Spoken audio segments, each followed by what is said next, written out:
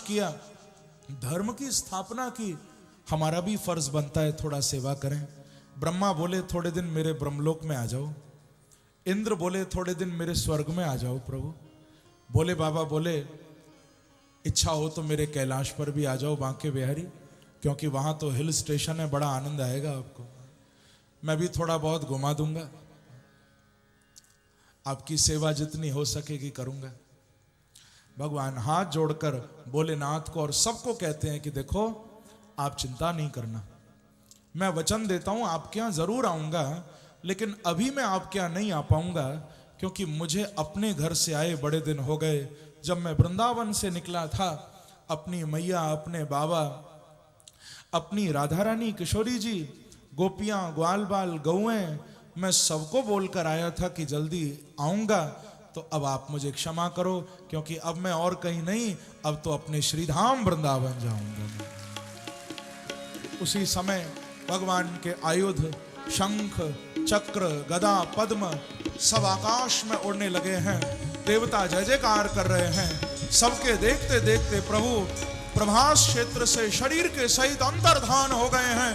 बोलो वृंदावन बिहारी लाल की जय, जय श्री राम, जय जय श्री राम, जय जय श्री राम। प्रभु अंतर्धान हो गए, कोई नहीं समझ पाया कि भगवान कहां गए, पर आप लोग ये मत सोचना कि कहीं चले गए हैं। भागवत में लिखा है स कृष्ण क्वापि नो गतः, वो कृष्ण हमें छोड़कर कहीं नहीं गए। एक रूप में वही बांके बिहारी साक्षात वृंदावन में लीला कर रहे हैं, और दूसरे रूप में वही बांके बिहारी भागवत बनकर हम सब भक्तों के बीच में साक्षात बैठे हुए, क्योंकि तिरोधाय प्रविष्टो यम श्रीमद् भागवतार्णवम। इस कलिकाल में भागवत जी साक्षात कृष्ण का रूप है। परीक्षित को सुखदेव जी प्रश्न करने पर कलिकाल के राजाओं का वर्णन करते हैं, आगे कलयुग का वर्णन करते हैं, 4 प्रकार की प्रलय का वर्णन करते हैं, नित्य, नैमित्तिक, आत्यांतिक और प्राकृतिक। अंतिम उपदेश परीक्षित को कर रहे हैं कि त्वं तो राजन् मरिष्येति पशु बुद्धि मिमां जहि। राजन, अब अपनी इस पशु बुद्धि का त्याग कर दो कि मैं मर जाऊंगा। यदि तुम सोच रहे हो परीक्षित कि मैं मर जाऊंगा, तो ये तुम्हारी पशु बुद्धि है। परीक्षित कहते हैं गुरुदेव नहीं नहीं, अब मैं बिल्कुल नहीं सोच रहा कि मैं मर जाऊंगा, क्योंकि मैंने आपके मुख से भागवत कथा सुनी है। अब शरीर मरेगा, मेरी आत्मा तो बांके बिहारी के चरणों में जाने वाली है। अब मैं शरीर से ऊपर उठ गया हूं गुरुदेव, क्योंकि आपने बहुत कृपा की। सिद्धोस्मि अनुग्रहीतोस्मि भवता करुणात्मना श्रावितो यच्च मे साक्षात् दनादि निधनो हरे। परीक्षित कह रहे हैं गुरुदेव, मुझे मालूम है कि तक्षक डसने के लिए आने वाला है और अपना पूरा विष मेरे ऊपर फेंकेगा, मुझे डसेगा तो तक्षक का विष मेरे अंदर आएगा, लेकिन अब मेरा वो विष कुछ भी नहीं बिगाड़ सकता, क्योंकि आपने 7 दिन तक भर भर के अमृत पिला दिया है मुझे। मैं अमृत पी चुका हूं, अब विष मेरा कुछ भी नहीं बिगाड़ पाएगा। हे सुखदेव जी, मैं करोड़ों जन्म भी ले लूं और आपके चरणों में कमा कमा के रखता रहूं, फिर भी गुरुदेव मैं आपके इस कर्जे को नहीं चुका सकता। जो आपने मुझ पर कृपा की है, मैं सारी दुनिया की संपत्ति दे दूं, फिर भी आपके कर्जे को नहीं चुका पाऊंगा, और मैं चुकाना भी नहीं चाहता। मैं तो यही चाहता हूं गुरुदेव, आपका ये कर्ज हमेशा मेरे ऊपर चढ़ा रहे, दुनिया कहती रहे कि हाँ सुखदेव जी ने कृपा की थी, सुखदेव जी ने भागवत सुनाई थी। मैं चाहता हूं ये कर्ज हमेशा चढ़ा रहे। इसीलिए और कुछ न देते हुए मैं अंत में पूरे प्राणों के साथ, पूरी अपनी श्रद्धा के साथ, हे सुखदेव जी, आपके चरणों में बारंबार प्रणाम करता हूं। बोलो सुखदेव जी महाराज की जय। राजा के मस्तक पर अपना वरदहस्त पधराया, आशीर्वाद देकर खड़े हो गए और सारी जितनी भी वहां संत मंडली बैठी थी गंगा के तट पर, सबके साथ सुखदेव जी वहां से प्रस्थान करते, पधारते और भागवत के ही श्लोकों को गाते हुए जैसे आए थे पहले वैसे ही सुखदेव जी पधारे। राजा परीक्षित सुखदेव जी के जाने के बाद समाधि में बैठ गए। आत्मा परमात्मा से एक कर दी है, समाधिस्थ हो गए परीक्षित। तक्षक गंगा के तट पर आया है और राजा के शरीर को डसा है। राजा का शरीर नष्ट हो गया, लेकिन परीक्षित नष्ट नहीं हुए। प्रभु के धाम से विमान आया है और विमान में बैठकर परीक्षित की चेतना, उसकी आत्मा सीधे बांके बिहारी के चरणों में पधारी। बोलो परीक्षित जी महाराज की जय। भक्तवत्सल भगवान की जय। सदगति हो गई भागवत की कृपा से। और परीक्षित मरा कहां? मैं आपसे पूछूंगा, क्या परीक्षित मर गए? बंधुओं, यदि परीक्षित मर गए होते तो आज हम परीक्षित को याद नहीं कर रहे होते। जिसने प्रभु की कथा का आश्रय लिया, जिसने हरि नाम का आश्रय लिया, वो कभी मर नहीं सकता है, ध्यान रखना। इनके पुत्रों ने, जन्मेजय आदि ने सर्प यज्ञ किए थे, जिनको आस्तिक ऋषि ने बंद कराया। शौनकादि ऋषियों के प्रश्न करने पर सूत जी ने वेदों की शाखाओं का वर्णन किया, भगवान के आयुधों का वर्णन किया और मृकंडू ऋषि के पुत्र श्री मार्कंडेय जी की कथा सुनाई। बड़ा दिव्य प्रसंग, जिन्होंने 6 मनवंतर तक भजन किया था और फिर भगवान ने इनको अपनी माया का दर्शन कराया था। भागवत की अनुक्रमणिका का वर्णन किया।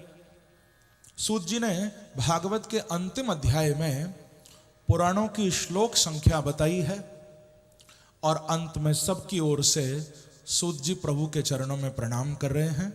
ये श्लोक बड़ा ही प्यारा है। जिनको याद हो मेरे साथ गाना, जिनको न याद हो 2 मिनट के लिए दोनों हाथ जोड़कर आंखें बंद करके सब बांके बिहारी का ध्यान करो। सूत जी गा रहे हैं।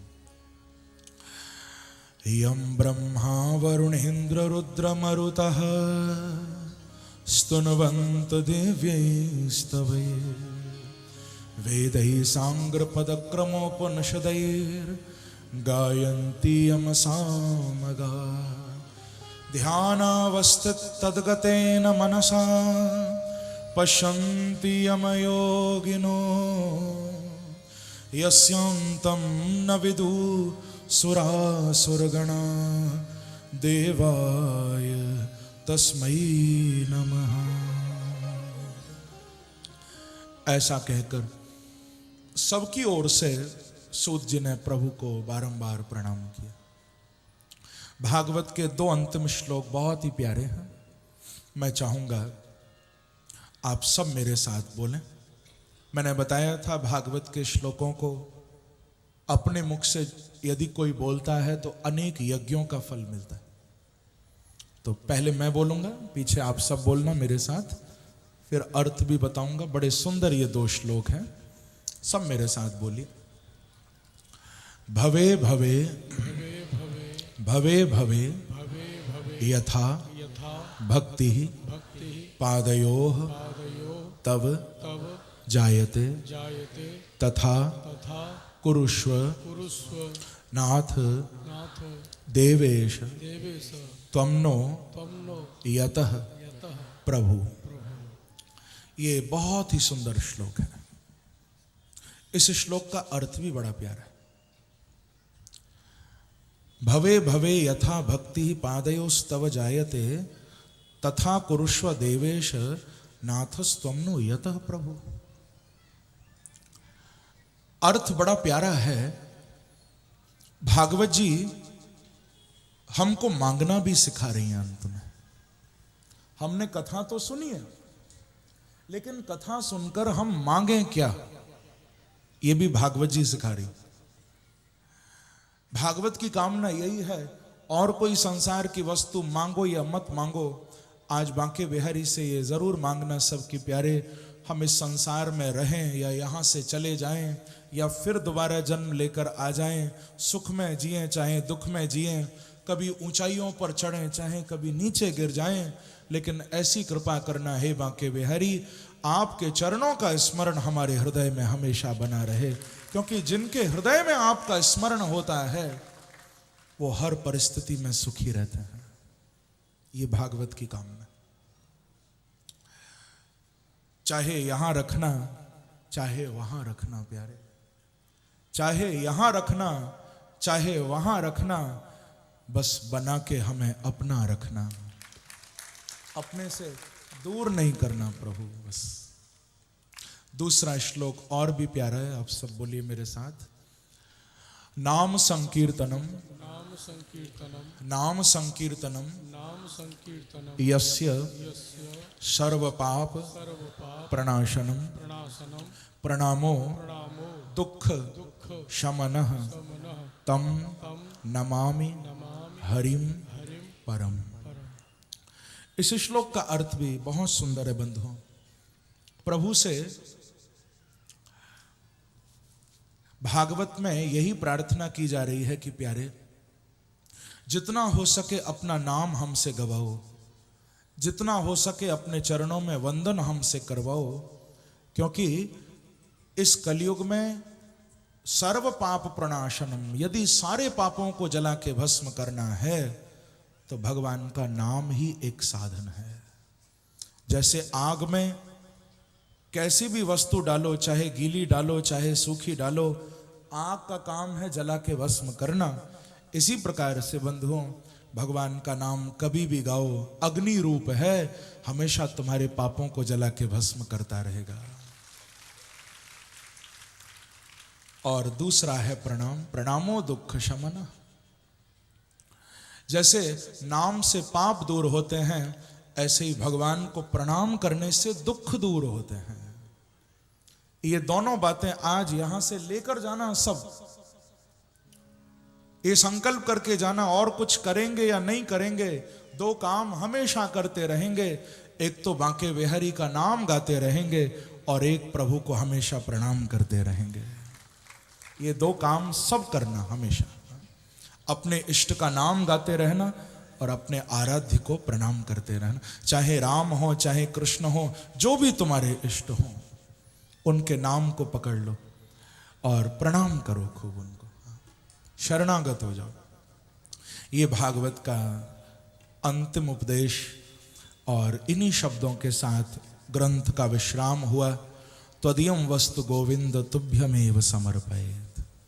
क्योंकि ग्रंथ का समापन नहीं होता, कभी विश्राम होता है, क्योंकि ये तो यात्रा है। आज विश्राम, फिर प्रारंभ हो जाएगी कहीं।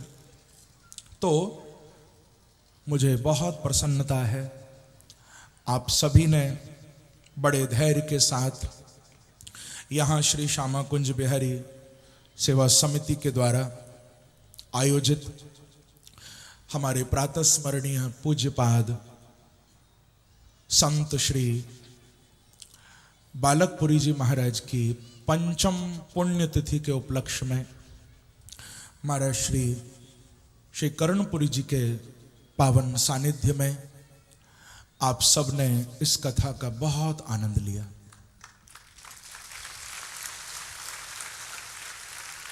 और मुझे ये कहने में बड़ा हर्ष हो रहा है, आप लोगों ने जो कथा सुनी है यहाँ, मुझे अंदर से ऐसा लगा है, अब आपको लगा हो या ना लगा हो, पर मुझे ऐसा लगा है आप लोगों ने ये कथा जो सुनी है ये प्यासे की तरह सुनी है। जैसे कोई बहुत दिनों का प्यासा होता है ना, और उसको कहीं से जल मिल जाए, मुझे ऐसा लगा कि आप लोग भी बहुत दिनों से प्यासे थे और मेरे बांके बिहारी खूब रस बरसाने के लिए आ गए। और विशेष इस कथा में जो रस बरसा है वो पूज्य महाराज श्री जी के आशीर्वाद से ही बरसा है, क्योंकि उन्होंने भी पूरी उपस्थिति इस कथा में दी है। ध्यान रखना, आपको लगा हो या नहीं लगा हो, मुझे पूरा अंदर से आभास हुआ है कि पूज्य महाराज श्री जी ने, श्री बालकपुरी जी ने, क्योंकि संत कहीं जाते नहीं हैं, उनकी चेतना ने इस कथा का पूरा पूरा आनंद लिया है। क्योंकि जहां भागवत होती है वहां तो आनंद बरसता ही है, जहां भागवत भगवान बैठ जाते हैं वहां तो आनंद की वर्षा होती है, पर जिस कथा में संतों का आशीर्वाद मिलता है वो महायज्ञ पूर्ण रूपेण सफल हो जाता है। तो मुझे कहने में बड़ा हर्ष हो रहा है कि हमारा ये महायज्ञ भी पूर्ण रूपेण सफल हो चुका है। हमारे बाबा श्री कर्णपुरी जी मुझे बार बार ये बात बोल रहे थे कि महाराज श्री जी, हमने तो एक स्वप्न जैसा देखा था, लेकिन गुरुदेव की कृपा से, गुरु महाराज की कृपा से और बांके बिहारी की कृपा से सपना साकार हो गया।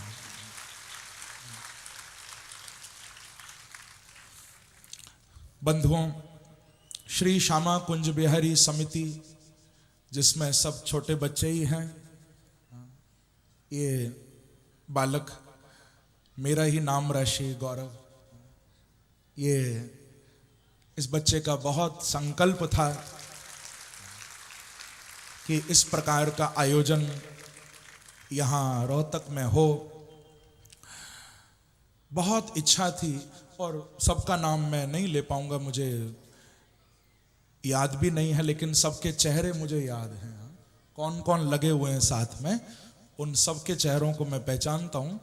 तो इन सब बच्चों की, क्योंकि ये सब यंग हैं, अभी यूथ है, ये छोटी उम्र के हैं, और मुझे ये देखकर बहुत खुशी होती है, क्योंकि कथाओं में हमारे वयोवृद्ध बुजुर्ग जन, वृद्ध जन आते ही हैं, लेकिन जब बच्चे आगे बढ़ते हैं, जब हमारा यूथ आगे बढ़ता है भक्ति के रास्ते पर, मुझे देखकर बहुत आनंद आता है।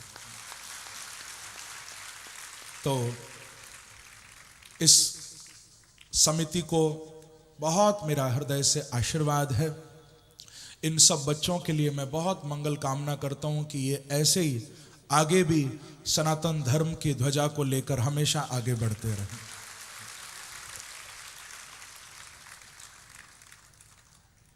बंधुओं,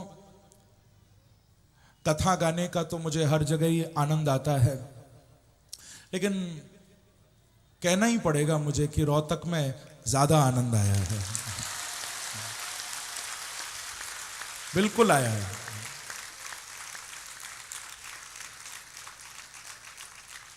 मैं दिल से बोल रहा हूं ये बात। आप लोगों ने इतना प्रेम से कथा सुनी, अब जगह तो जितनी है उतनी, लेकिन आप बाहर बैठकर भी, दूर दूर तक बैठकर कथा का आनंद भक्त ले रहे हैं।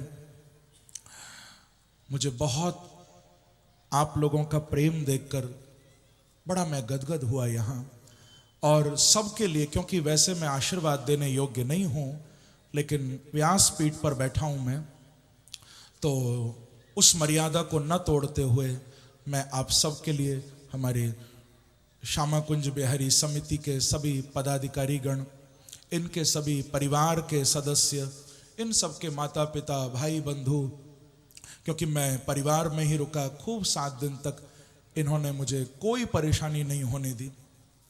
आप सब श्रोतागण जो यहाँ कथा सुनने के लिए आए, चाहे 1 दिन आए, चाहे 7 दिन आए, चाहे एक क्षण के लिए क्यों ना आए, जो भी इस प्रांगण में, इस पवित्र यज्ञ में सम्मिलित हुआ, जिन्होंने कथा सुनी, चाहे सेवा अपनी प्रदान की यहाँ, क्योंकि सेवा में भी बहुत भक्त लगे हुए हैं यहाँ, तो चाहे कथा सुनी, चाहे सेवा दी,